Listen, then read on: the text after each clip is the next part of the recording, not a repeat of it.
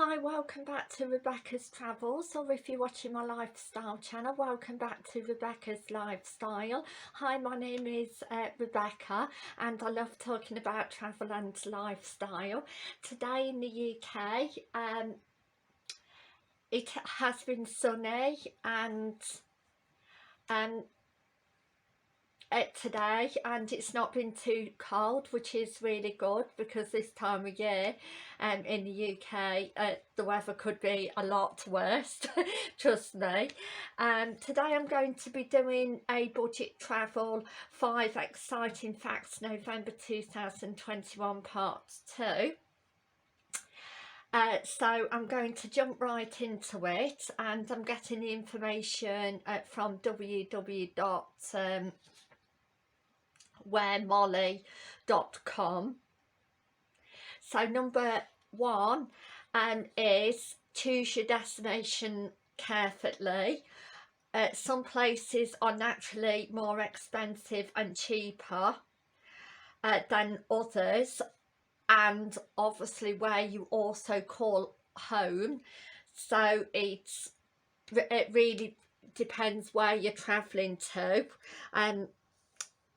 Obviously if you're going to countries say like France, Germany, Italy, they in Europe are going to be a lot more expensive than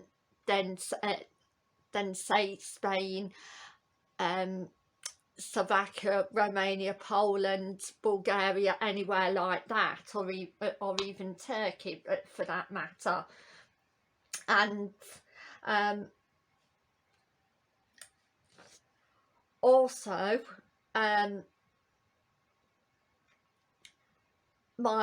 also the first tip for travelling on a budget is to research places that are good for travelling on a budget, maybe somewhere that's cheap and easy to get to. So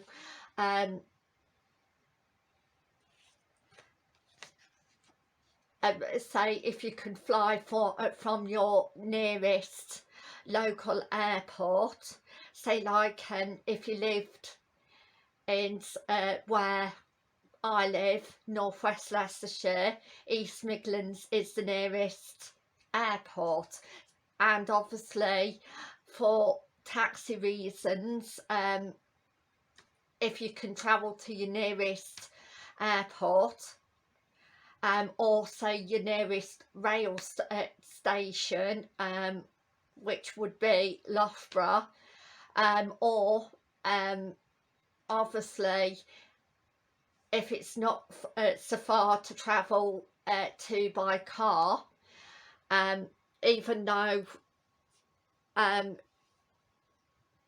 with you live in the middle of England, to get to the beach, well, it doesn't matter whether you go east or west or north or south, it's still a long way.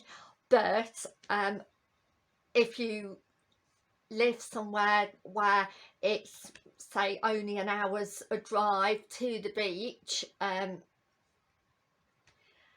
say like you lived in say North Hampshire, somewhere like Basingstoke or Aldershot, and you want to go on holiday to Southsea, then obviously it's not much travelling to get to the sea. Whether you're travelling by car or maybe say train or coach or whatever, it's not that much of a long journey, or you might be able to make connections with bus routes. So that's just an example, and again it could be again cheaper for you as well, than having to travel somewhere else, for instance. unless you're probably going out in the countryside, and then you were you could be again paying for the scenery around, and it really just depends on what type of accommodation you're looking to choose for your budget. And obviously if you're traveling abroad away from the UK, somewhere where the currency you can get good value for money, and for instance, that has a really good exchange rate, and that would also lower your cost, also from living from home. So going to countries, especially where if you're going on a self-catering option, looking for like apartments, bungalows, etc., camping, again it could, if you look for places that say food is cheaper than your own country to buy, then you can get most of your food obviously cheaper out there, and obviously it saves you having to bring so much from home, creating more space for what you need, like clothes, etc. Number 2, avoid tourist traps. Big cities and tourist hotspots are often a lot more expensive than straying off the beaten track. Try to choose less well-known destinations if you can. Check out the link on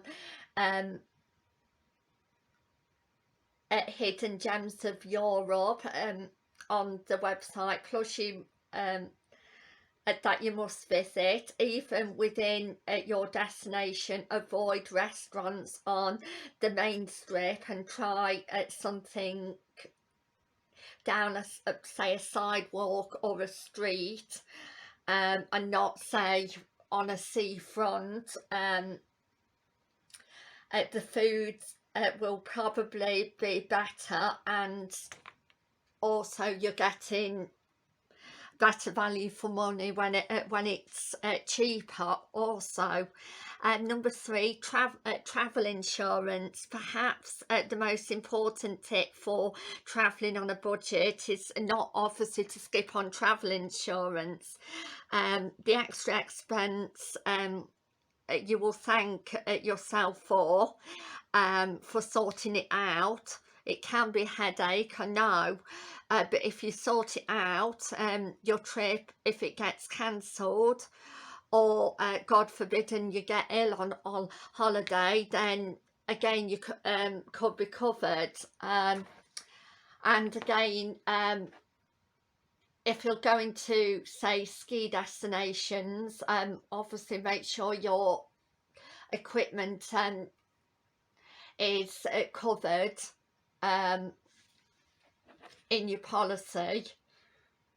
And number 4, travel off season. I've said this loads of times, like I've said quite a few things today loads of times in other video, because it really is cheaper if you're able to travel off season and avoid weekends,